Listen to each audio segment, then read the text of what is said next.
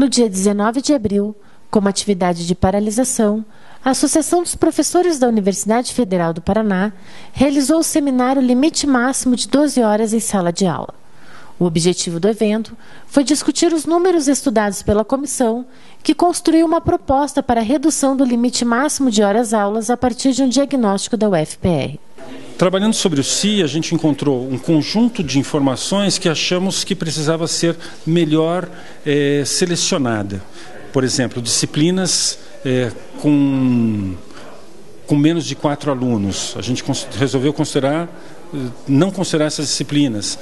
Disciplinas com mais de 250 horas aula, também não as consideramos. Então a gente fez na verdade, expurgamos da base de dados um conjunto de informações que podiam nos dar médias incorretas.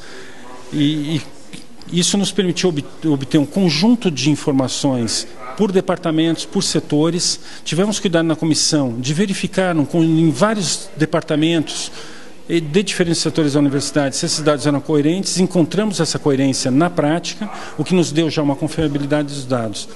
E também não consideramos, no conjunto de dados, os dados dos campi afastados. Por exemplo, Palotina. Palotina entrou no regime do Reúne, ele possui uma média de carga horária muito elevada e ele não aparece, por exemplo, nos dados do jornal. O estudo realizado pela comissão verificou que a média calculada de encargo didático na graduação e na pós-graduação, atualmente na UFPR está em torno de 9 horas-aulas por docente. Desta maneira, a comissão, formada em sua maioria por membros da administração da universidade, propôs a redução para o limite máximo de 12 horas em sala de aula.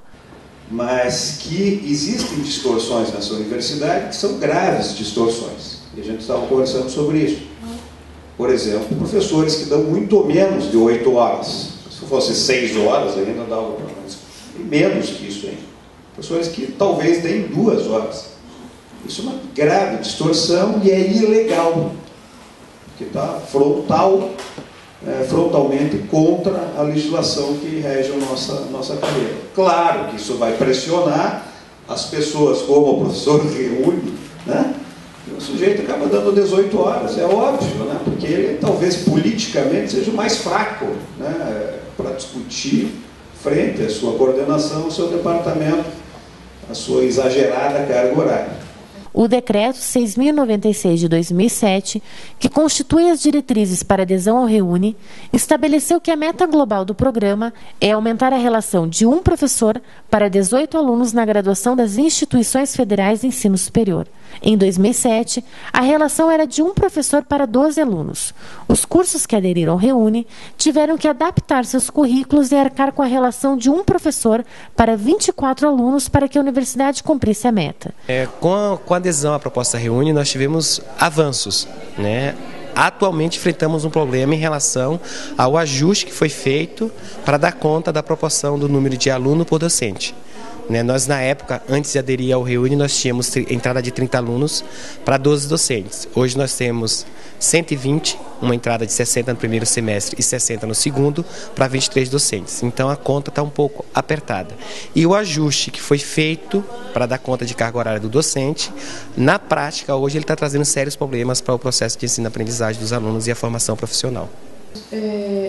Hoje o nosso curso ainda estão entrando alunos, eles não está completo, mas quando estiver, nós vamos ter uma média de 23 a 25 horas de aula semanal e uma média de 25 alunos por professor. E não tem professor, todos estão com essa média, entende? Não adianta, não tem ninguém dando 4, enfim, não resolve.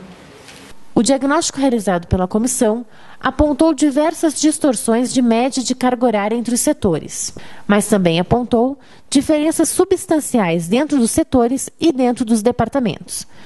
Se existe distorção entre um departamento e outro, também existe, como o Luiz apontou, distorções dentro de um mesmo departamento. Porque eu tenho certeza que a Cláudia, que é chefe do departamento de linguística, que na linguística se faz uma distribuição ponderando de maneira equânime a carga para todos os professores. Mas se existe professor com 26 horas num departamento onde tem um professor com 4, significa que o poder do chefe de atribuir encargo didático não está sendo exercido seguindo o princípio da razoabilidade e da impessoalidade do serviço público. E aí os critérios de atribuição de cargo têm que descer da universidade para regular o poder do chefe. Porque o poder do chefe, exercido de maneira discricionária, produz assédio moral, produz adoecimento de professor. Né? Aquele professor que não tem trânsito político com o chefe acaba sendo prejudicado. E aí eu vejo um quadro na universidade, não só nesse aspecto, mas em vários outros, de um monopólio da violência na mão do Estado sem Estado de Direito. Para o movimento docente, é emergencial a aprovação do regime máximo de 12 horas em sala de aula para os docentes em regime de 40 horas e dedicação exclusiva, uma vez que a comissão estipulou o prazo de até 2 anos para sua efetiva implementação.